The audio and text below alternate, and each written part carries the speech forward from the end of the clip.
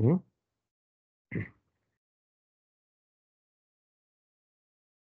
तो काल आपण काय पाहिलेलं की क्लास कसा डिक्लेअर करतात, त्यानंतर ची थेअरी पाहिली होती पूर्ण. ओके. ऑब्जेक्ट ओरिएंटेड प्रोग्रामिंगची थेअरी पाहिलेली होती.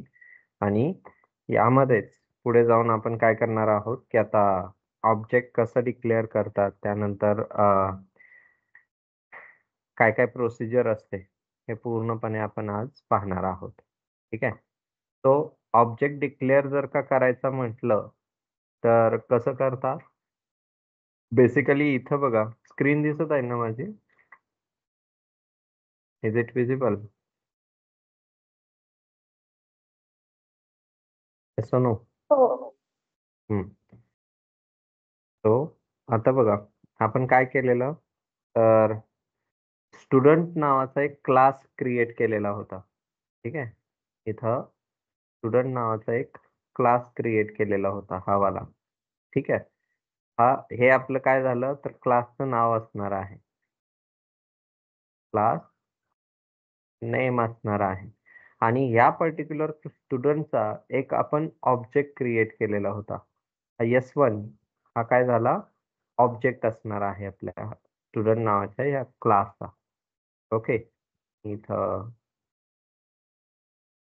हां, दिस S1 will be object of student class.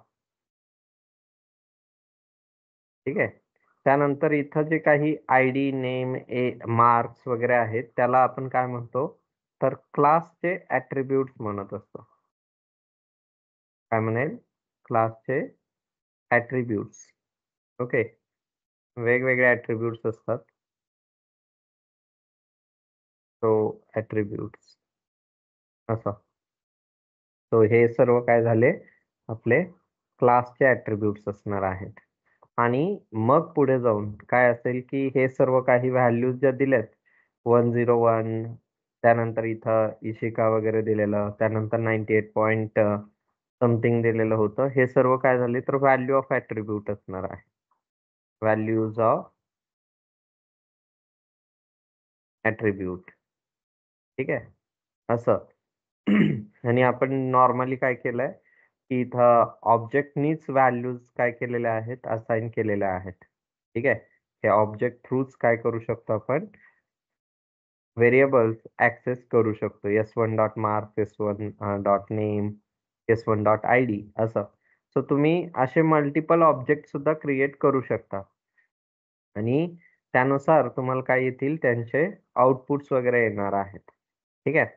आता सपोज की आपल्याला काय करायचंय, की हे जे काही ऑब्जेक्ट आहेत, हे ऑब्जेक्ट कॉल करायचे, डिक्लेअर करायचे वेगवेगळे वेज असतात. की जेव्हा आपल्याकडं नॉर्मल डेटा आता जसा भेटलेला आहे, तो नॉर्मल डेटा होता, जो की आपण डिक्लेअर करायचो आणि लगेच काय करायचं, तर घेत होतो. ठीक आहे. आता कधी-कधी काय करावं लागतं आपल्याला, तर एक इनिशियलायझेशन करावं लागतं. म्हणजेच आपण रन टाईममध्ये जेव्हा आपण ऑब्जेक्ट डिक्लेअर करेल, त्याच वेळेस काय करायचंय, तर व्हॅल्यूज असाइन करायच्या आहेत. ठीक आहे. तर त्या इनिशियलायझेशन जे काही आहे, ते एखाद्या मेथड थ्रू करावं लागतं. जे की आपण बाहेर नंतर मेनमध्ये जाऊन काय केलेलं, की इथं व्हॅल्यूज असाइन वगैरे केलेल्या होत्या, इनिशियलाइज केलेल्या होत्या. त्याच्याऐवजी आपण मेथडमध्ये सुद्धा काय करू शकतो, की इनिशियलाइज करू शकतो. ठीक आहे. तर बघा, initialize and display display data through काय मेथड. आपल्याला काय करायचंय, तर इनिशियलाइज करायचं आहे. Initialize and display data through method. So हे कसं डिक्लेअर करायचंय, तर बघा, याच्यासाठी काय असणार आहे, की आपण बेसिकली जसं काल आपण आयडी आणि नेम यूज केलेलं होतं, तसंच आजही करेल. बट फरक काय असणार आहे, बघा, 1 सेकंड, की मी C++ कंपायलर ओपन करतो. ठीक आहे. आणि ते एक्झाम्पल आपण इकडं पाहूयात. सो कसं असेल की काल जे एक्झाम्पल आपण क्रिएट केलेलं होतं, कोणतं? हे स्टुडंट वालं. ठीक आहे. सो त्याच पर्टिक्युलर क्लासमध्ये मी इथं याला काढून टाकतो आणि इथं काय असेल, युजिंग नेम स्पेस स्टँडर्ड असं केलं आणि त्यानंतर पुढे काय असणार आहे, की आपण पब्लिक, ठीक आहे, पब्लिक डेटा डिक्लेअर करतोय. कसा डिक्लेअर करतात, तर थोडंसं इंडेंटेशन देऊन डिक्लेअर करा. इंटिजर आयडी जो की कालही आपण केलेला होता तसंच काय आहे, स्ट्रिंग जो आहे, स्ट्रिंग नेम असं डिक्लेअर करायचं आहे आणि पुढे फ्लोट मार्क्स देतोय, मार्क्स असे. ठीक आहे. आपण हे 3 व्हेरिएबल कालही केलेले होते. हे बघा इथलं आपलं एक्झाम्पल. काय होतं? आयडी, नेम आणि मार्क्स हे 3 होते. बट आता आपण काय करतोय, की ह्या ज्या काही व्हॅल्यूज आहेत, त्या व्हॅल्यूजना इनिशियलाइज करणार आहोत आपण थ्रू एका मेथडच्या थ्रू. ठीक आहे. मग ह्या पब्लिकच्या बाहेर यायचं आहे आणि आपण इथं व्हॉइड इन्सर्ट नावाची एक मेथड मी डिक्लेअर करतोय. व्हॉइड म्हणजेच काय, की जेव्हा तुम्हाला डेटा टाइप स्पेसिफिक माहीत नसतो, त्यावेळेस तुम्ही व्हॉइड यूज करू शकता. ठीक आहे. त्यानंतर आपण काय करेल, की इंटिजर आय, त्यानंतर स्ट्रिंग एन आणि फ्लोट एफ किंवा एम असं मी 3 व्हॅल्यूज इथं डिक्लेअर करतोय. आणि आपण काय करेल, आयडीला व्हॅल्यू असाइन करेल ह्या आयची, तसंच नेमला आपण व्हॅल्यू असाइन करेल ह्या एनची आणि एमला आपण व्हॅल्यू असाइन करेल, सॉरी मार्क्सला आपण व्हॅल्यू असाइन करेल ह्या एमची. हे तीनही व्हॅल्यूज आपण काय केलेत, असाइन केलेले आहेत. मग या इन्सर्ट मेथडच्या बाहेर जायचं.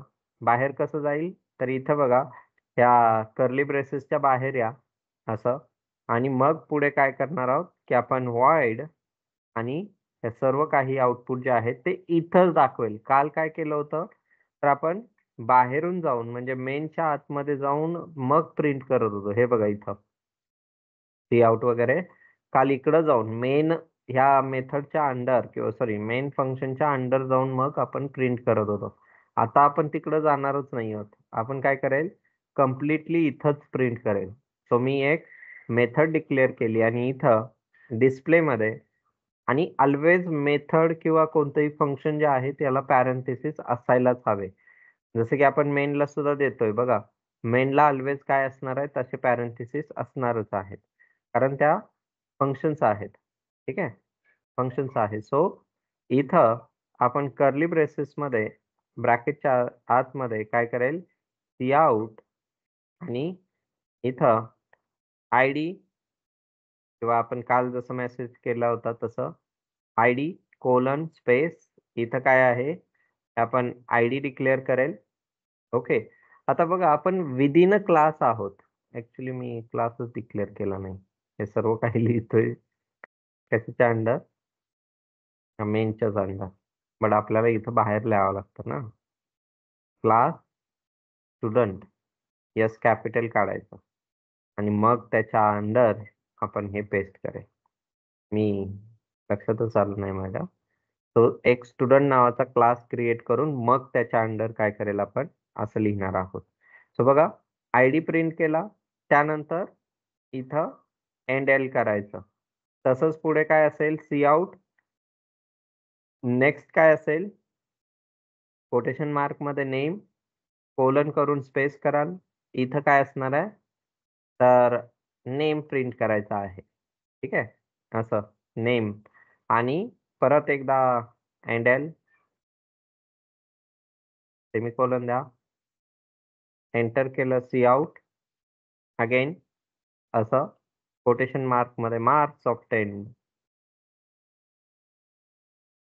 कोलन करून स्पेस कराल आणि इथं मार्क्स आणि असं एंड एल सेमीकोलन द्या.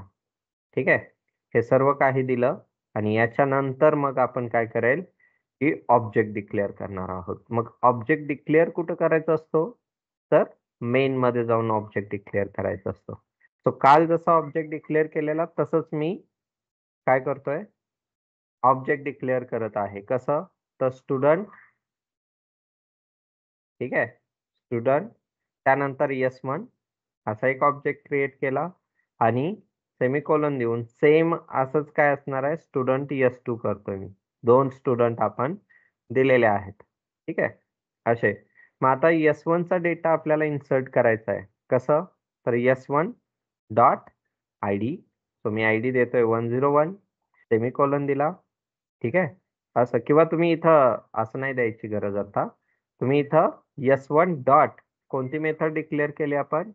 इन्सर्ट नावाची ही मेथड डिक्लेअर केली आहे. त्याच्यामध्ये 3 ॲट्रिब्यूट्स घेतोय बघा. सो आपल्याला इथं 3 व्हॅल्यूज पास कराव्या लागणार आहेत. सो मी काय करतोय, की 101 त्यानंतर सपोज इशिका आणि इथं काय केलं, मार्क दिलेले आहेत 98.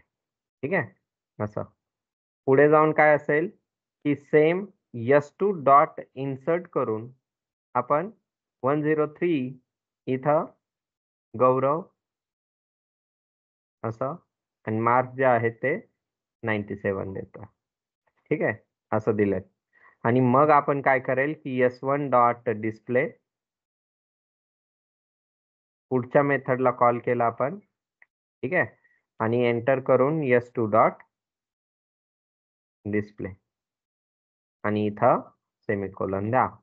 तर सगळं काही लिहिलेलं आहे आपण यामध्ये आणि आता याला प्रिंट करेल आपण. तो इथं खूप सारा स्पेस आलाय. करत नाहीये. येस. बघा सर्व काही इथं एकाच पेजवरती आलंय आणि मग या मी इथं रन करतो. होप सो इश्यू सेमिकोलॉन राहिलाय कुठं, लाईन नंबर 18 ला बघा. इथं गेलो मी, हा सेमिकोलॉन राहिलेला आहे. तर बघा इथं काय आलंय, इशिकाचे मार्क्स, तसंच काय आहे हे गौरवचे मार्क्स. 2 काय होते, ऑब्जेक्ट होते. सो 2 आपल्याला काय झालेत, डेटा आलेला आहे. ठीक आहे, अशा प्रकारे तुम्ही काय करू शकताय, की एम्प्लॉयी क्रिएट करा. असंच तुम्ही काय करणार आहात, एम्प्लॉयी क्रिएट करा. त्या एम्प्लॉयी मध्ये काय असणार आहे, की सपोज इथं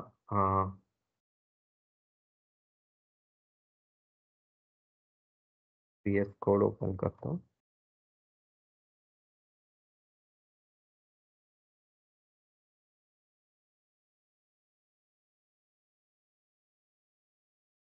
आता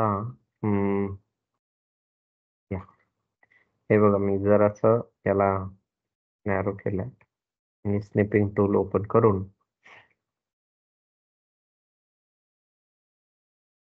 हं,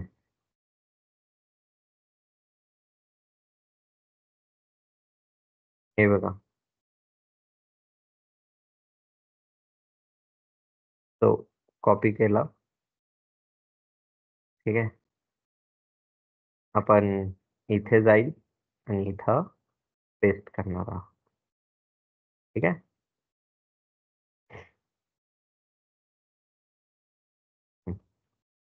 लाईक धिस. हे काय केलंय, आपण लिहिलेलं आहे. 2 वेगवेगळे ऑब्जेक्ट आलेत आपल्याला, 101 वाले आणि 103 वाला असं. ठीक आहे, सो लाईक धिस आपण काय करू शकतो, तर मल्टिपल व्हॅल्यूज ज्या आहेत त्या क्रिएट करू शकतो. तर याच्यामध्ये आपण काय केलं, की ज्या आपल्याला इथं जाऊन म्हणजे मेनमध्ये जाऊन ज्या व्हॅल्यूज इन्सर्ट कराव्या लागायच्या त्या मेथड थ्रू केलेल्या होत्या. ठीक आहे.